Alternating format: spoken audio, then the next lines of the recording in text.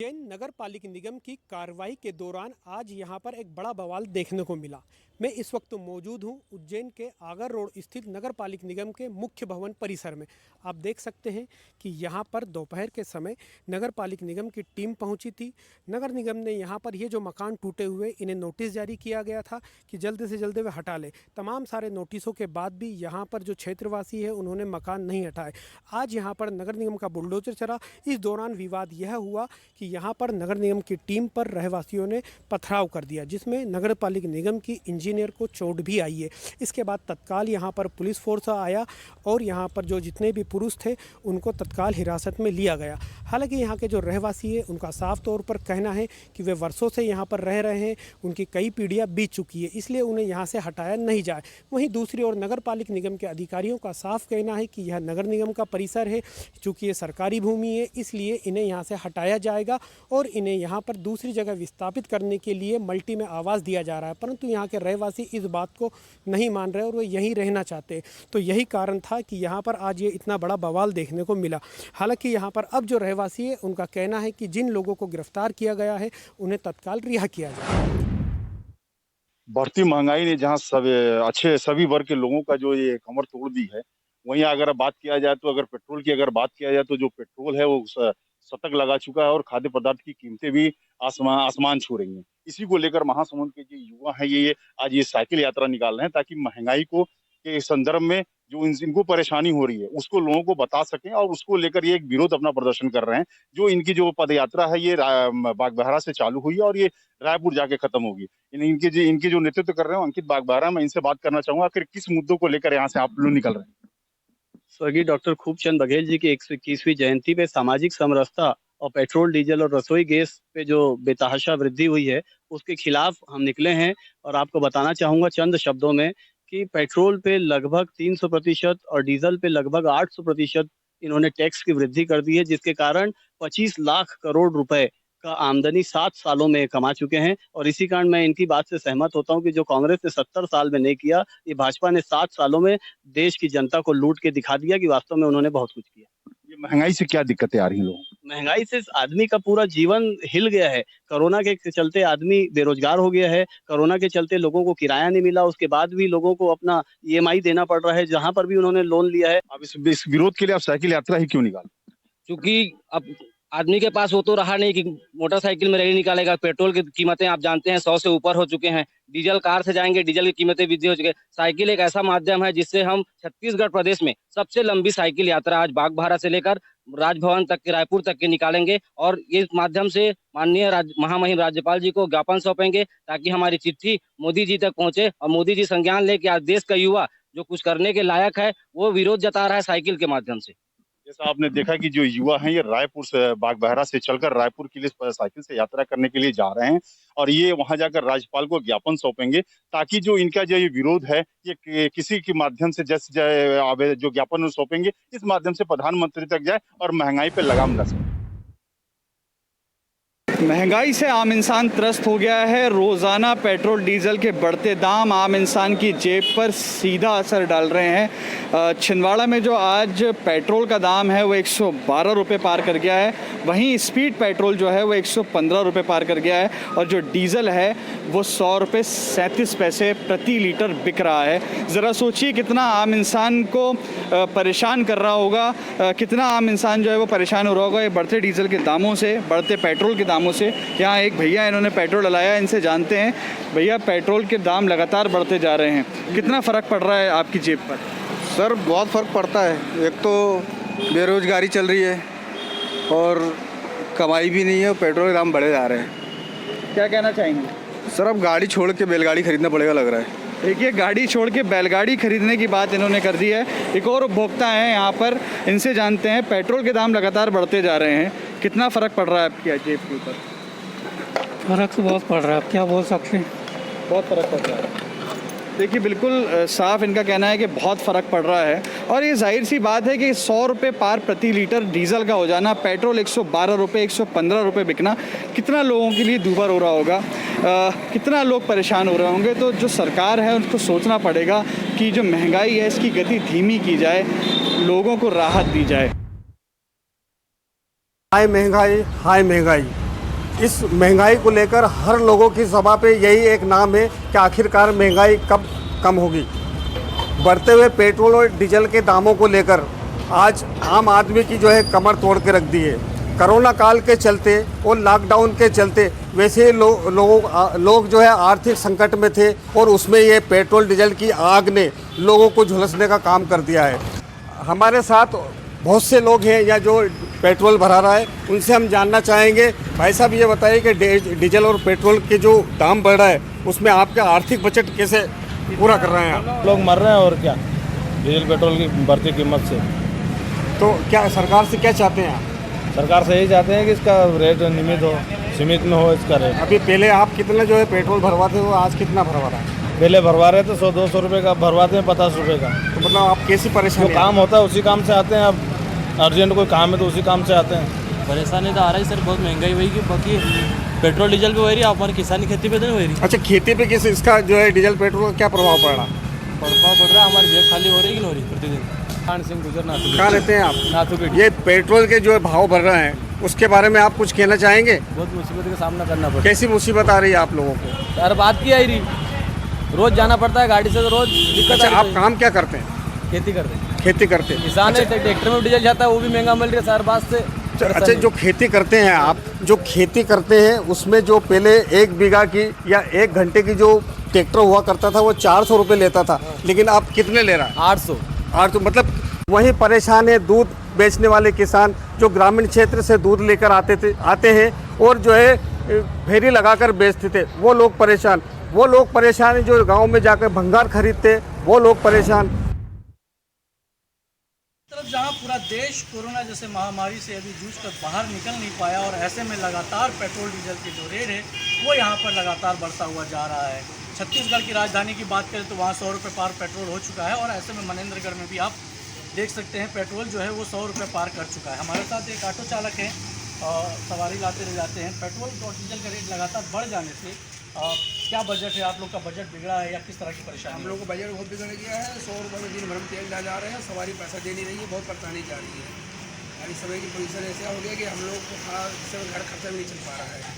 और भी कुछ लोग हमारे साथ हैं, वो भी आपको दिखाएंगे, लेकिन सबसे पहले हम आपको ले चलते हैं कि जिस तरह से 100 रुपये पार कर चुका है। 100 रुपये 76 पैसे पेट्रोल का जो रेट है वो स्क्रीन पे आप देख सकते हैं। 100 रुपये 76 पैसे यहाँ पे जो मैनुअल पेट्रोल है उसका रेट यहाँ पे बढ़ गया है। और लगातार अगर हम अदर राज्यों की बात करें तो दूसरे राज्यों के बाद जिस तरह से छत्तीसगढ़ में अगर रायपुर में पेट्रोल का रेट 100 रुपये पार हुआ है और ऐसे में छोटे से ज़िले कोरिया ज़िले में भी पेट्रोल का रेट जिस तरह से लगातार बढ़ रहा है वो कहीं ना कहीं लोगों के लिए एक परेशानी का सबब बना हुआ है।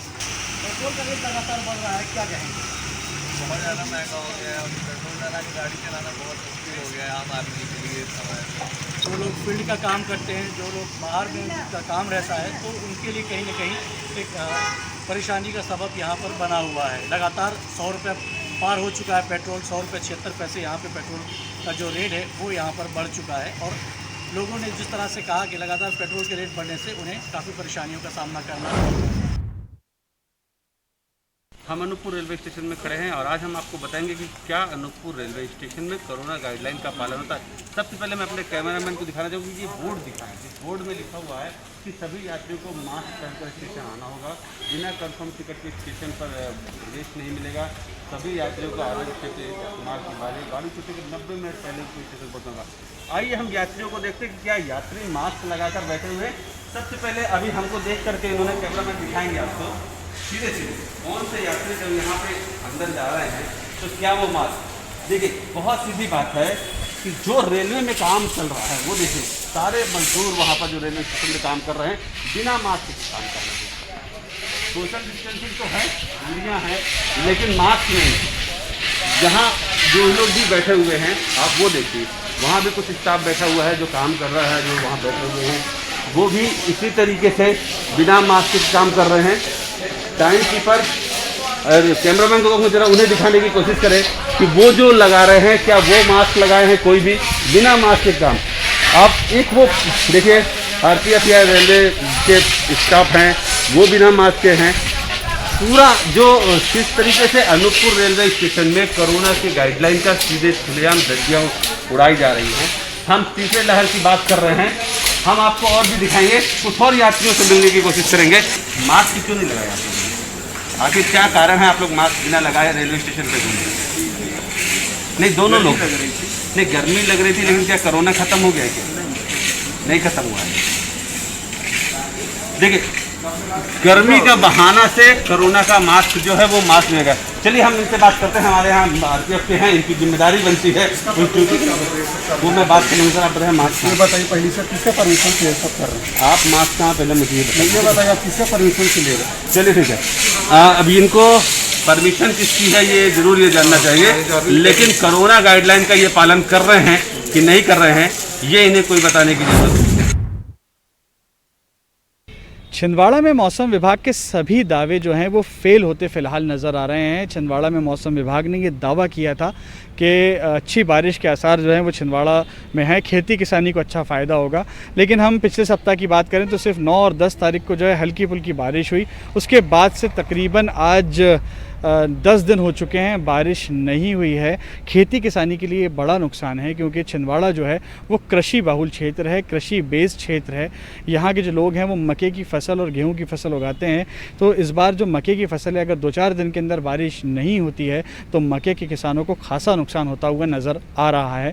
वहीं जो अगर हम बात करें तो छिंदवाड़ा में कुछ किसानों ने धान भी इस बार उगाई है, जिसको बारिश की और पानी की अति आवश्यकता होती है। तो अगर पानी नहीं गिरेगा, बारिश नहीं होगी तो खेती किसानी को भारी नुकसान होगा, जिसका सीधा असर छिंदवाड़ा के व्यापार पर पड़ेगा। क्योंकि अगर किसान सूखे रह जाएंगे, किसान नहीं कमाई कर पाएंगे तो व्यापार में भी असर पड़ेगा, बाज़ारों में पैसा नहीं आ पाएगा। तो 2-4 दिन के अंदर अगर बारिश नहीं हुई तो ये नुकसान का सबब। गौरला पेंड्रा मरवाही, ये है जिला गौरला पेंड्रा मरवाही का सुपोषण केंद्र। आप मेरे पीछे देख सकते हैं, ये जो बिल्डिंग है ये सुपोषण केंद्र है। यहाँ पे जो जिले में कुपोषित बच्चे हैं उनको ला के यहाँ पे उनका पालन पोषण किया जाता है, उनको कुपोषण से मुक्ति दिलाई जाती है। मैं आपको बता दूं कि अविभाजित बिलासपुर के समय इस जिले में कुपोषण की दर में काफ़ी वृद्धि हुई थी, पर लगातार मॉनिटरिंग और जो वजन त्यौहार चलाया जाता है जिला कलेक्टर के द्वारा, उसके बाद इस जिले में कुपोषण की दर में काफ़ी कमी आई है। और इस वर्ष की बात करें तो इस वर्ष भी कुपोषण की दर में काफ़ी कमी आई है। लगातार मॉनिटरिंग और वजन त्यौहार के साथ साथ ही सुपोषण त्यौहार जो जिले में चलाया जाता है उसका कहीं ना कहीं असर है कि जिले में अब कुपोषण की दर में लगातार कमी आई है। आइए हम आपको दिखाते हैं कुपोषण केंद्र के अंदर किस तरह से काम चल रहा है, किस तरह से मॉनिटरिंग की जा रही है कि जिले में जो कुपोषित बच्चे हैं उनका जल्द से जल्द इलाज किया जाए, उनको सुपोषित किया जाए। हालांकि मुख्यमंत्री के निर्देश के बाद और कलेक्टर के निगरानी में लगातार मॉनिटरिंग किया जा रहा है। जिले में जितने कुपोषित बच्चे हैं या ग्राम पंचायतों में जाकर वजन त्यौहार चलाया जाता है, साथ ही उनको पोषण आहार दिया जाता है कि कुपोषण से जल्द मुक्ति मिल सके। ये एक महिला है जिनके साथ एक बच्चा है जिनको इस केंद्र में लाया गया है और इनका पालन पोषण और निगरानी यहाँ के अधिकारी कर्मचारियों के द्वारा किया जाता है ताकि जल्द से जल्द जिले को कुपोषण मुक्त किया जा सके। हमारे साथ एक कुपोषण केंद्र के अधिकारी है, उनसे बात करते हैं कि अभी क्या स्थिति है, कुपोषण को लेकर कितनी जागरूकता की जा रही है और क्या स्थिति है अभी कुपोषण को लेकर। जी मैम, नाम नाम बताएं। स्वाति शुक्ला, फीडिंग डेमोन्स्ट्रेटर हूँ मैं यहाँ।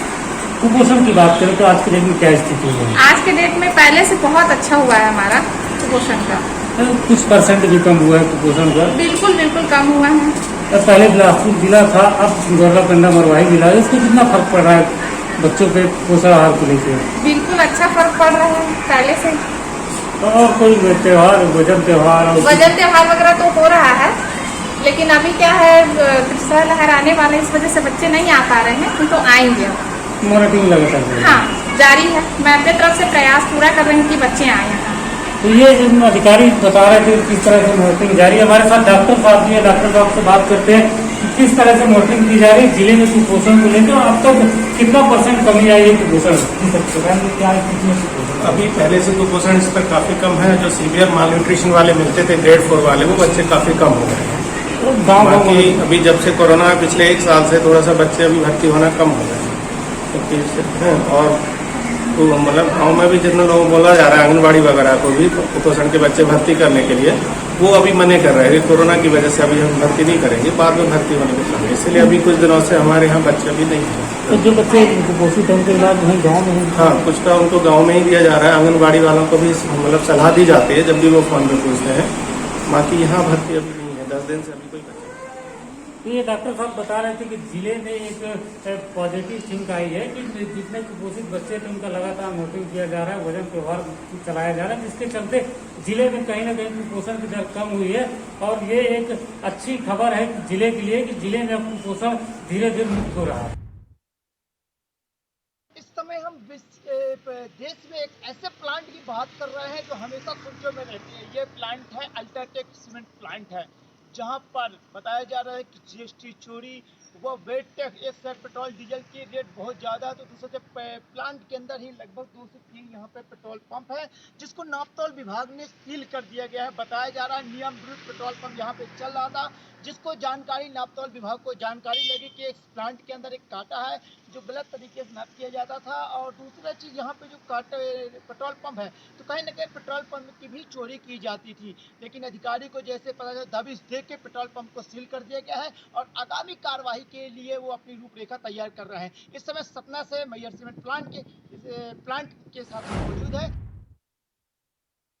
इस समय हम सतना जिले के मैयर उप जेल में मौजूद है, जहां पर वैक्सीनेशन को लेके महाअभियान सरकार तो चला रही है, लेकिन जेल में जो बंदियां हैं उनको लेके जो यहाँ पे अधिकारी है वो भी एक व्यवस्था को लेके कि कोई भी कोविड पॉजिटिव तीसरी लहर ना पाए, क्योंकि उप जेल जो मैयर में है स्वाभाविक है कि संख्या बंदियों की काफ़ी रहती है। उसको देखते हुए जो जेल यहाँ के अधीक्षक और यहाँ के प्रभारी हैं त्रिपाठी जी, हम उनसे बात करेंगे कि अभी तक कितने लोगों को बंदियों को वैक्सीनेशन लग चुका है और अभी कितने बचे हैं।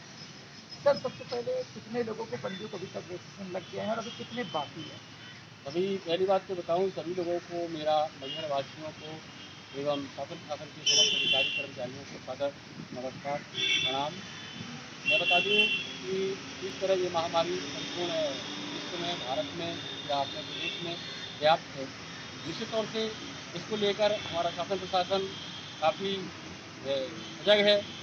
उन्हीं निर्देशों के पालन में, जो निर्देश हमको दिए गए हैं, उन्हीं के आदेश के पालन में हमारे द्वारा भी बंदियों में, जेल में प्रयुक्त बंदियों के कोरोना टीका के संबंध में, उससे बचाए जाने के लिए, प्रिवेंशन के लिए हमारे द्वारा भी सख्त प्रयास किया जा रहा है, जिसके तहत उपजेल मैहर में आज तीसरी बार सिविल अस्पताल मैहर के द्वारा कोरोना टीका लगाने के लिए कैंप किया गया, जिसमें पहली बार 22/4 को, दूसरी बार 5 जुलाई को और तीसरी बार आज 19 तारीख को कैंप कर जेल में प्रयुक्त 147 बंदी, जो कि आज जेल में 147 बंदी हैं, सभी का टीकाकरण संपन्न हुआ है। और मैं ये कह सकता हूँ कि जेल मैहर में 100% टीकाकरण संपन्न हुआ है।